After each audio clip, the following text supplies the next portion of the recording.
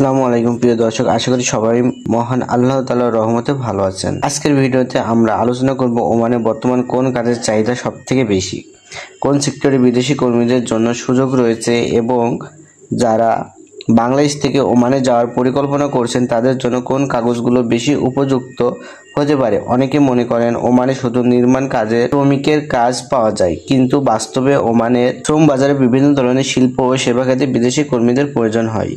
প্রথমে বলা যায় ওমানের নির্মাণ খাত এখনও অন্যতম বড় কর্মসংস্থানের উৎস। নতুন ভবন, রাস্তা, সেতু, শিল্প কারখানা এবং বিভিন্ন উন্নয়ন প্রকল্পে রাজমিস্ত্রি, স্টিল ফিক্সার, কার্পেন্টিং, টাইলস মিস্ত্রি, পেইন্টার, প্লাম্বার এবং সাধারণ নির্মাণ শ্রমিকের চাহিদা নিয়মিত দেখা যায়। যারা এ ধরনের কাজে অভিজ্ঞ তারা সাধারণত তুলনামূলক ভালো কাজের সুযোগ পান। এরপর আসেন মেকানিক্যাল এবং technical sector. Electrician, welder, filter করার, কন্ডিশনার টেকনিশিয়ান, গাড়ির মেকানিক এবং শিল্প যন্ত্রপাতি মেরামত দক্ষ কর্মীদের চাহিদা কোম্পানিতে অনেক রয়েছে। কারিগরি দক্ষতা এবং অভিজ্ঞতা থাকলে চাকরি পাওয়ার সম্ভাবনা বেড়ে যায়। ওমানে তেল, গ্যাস শিল্প দেশের অর্থনীতির একটি গুরুত্বপূর্ণ অংশ। এই ক্ষেত্রে সব পদে বিদেশি কর্মী নিয়োগ হয় না, তবে সহায়ক সেবা, রক্ষণাবেক্ষণ, নিরাপত্তা, পরিবহন এবং প্রযুক্তিগত বিভিন্ন কাজে দক্ষ কর্মীদের সুযোগ হতে পারে। এসব চাকরির জন্য সাধারণত অভিজ্ঞতা এবং নির্দিষ্ট দক্ষতার প্রয়োজন হয়। ড্রাইভিং পেশায় ওমানে গুরুত্বপূর্ণ।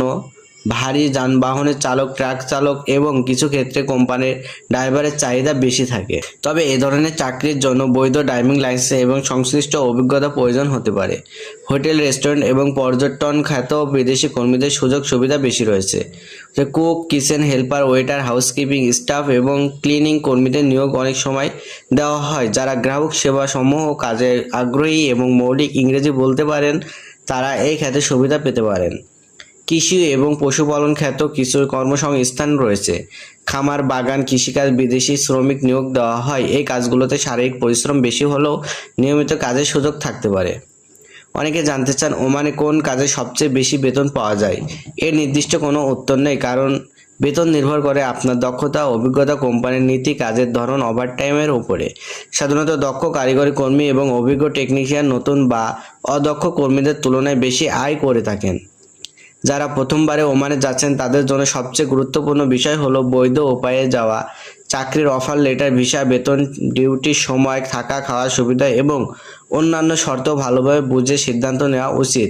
কোনো দালালের মিথ্যা প্রতিশ্রুতি বিশ্বাস করে বড় অঙ্কের টাকা দেওয়া উচিত নয়। বিদেশে গিয়ে সফল হতে চাইলে শুধু কাজই পাওয়া যথেষ্ট নয়, সময় মতো কাজে উপস্থিত হওয়া, কোম্পানির নিয়ম মেনে চলা, নিরাপত্তা বিধি অনুসরণ করা, সহকর্মীদের সঙ্গে ভালো ব্যবহার করা এবং নিজের দক্ষতা বাড়ানোর চেষ্টা করা খুবই গুরুত্বপূর্ণ। যারা নিয়মিত পরিশ্রম করেন এবং নতুন কিছু শেখার আগ্রহ রাখেন তাদের জন্য ভবিষ্যতে আরও ভালো সুযোগ তৈরি হতে পারে।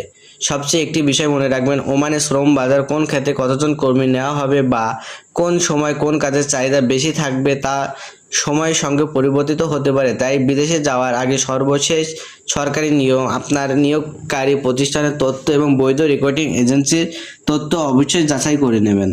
আশা করি আজকের ভিডিওটি আপনাদের অনেক উপকারে আসবে। যদি ভিডিওটি ভালো লাগে তাহলে অবশ্যই একটি লাইক দিন, বন্ধুদের সঙ্গে শেয়ার করুন এবং ওমান, মালয়েশিয়া, দুবাই সহ বিভিন্ন দেশের চাকরি, ভিসা এবং প্রবাস জীবন সম্পর্কিত সর্বশেষ তথ্য পেতে আমাদের চ্যানেলটি সাবস্ক্রাইব করে পাশে থাকা বেল আইকনটি অন করে রাখুন। সবাই ভালো থাকুন, সুস্থ থাকুন, আল্লাহ হাফেজ।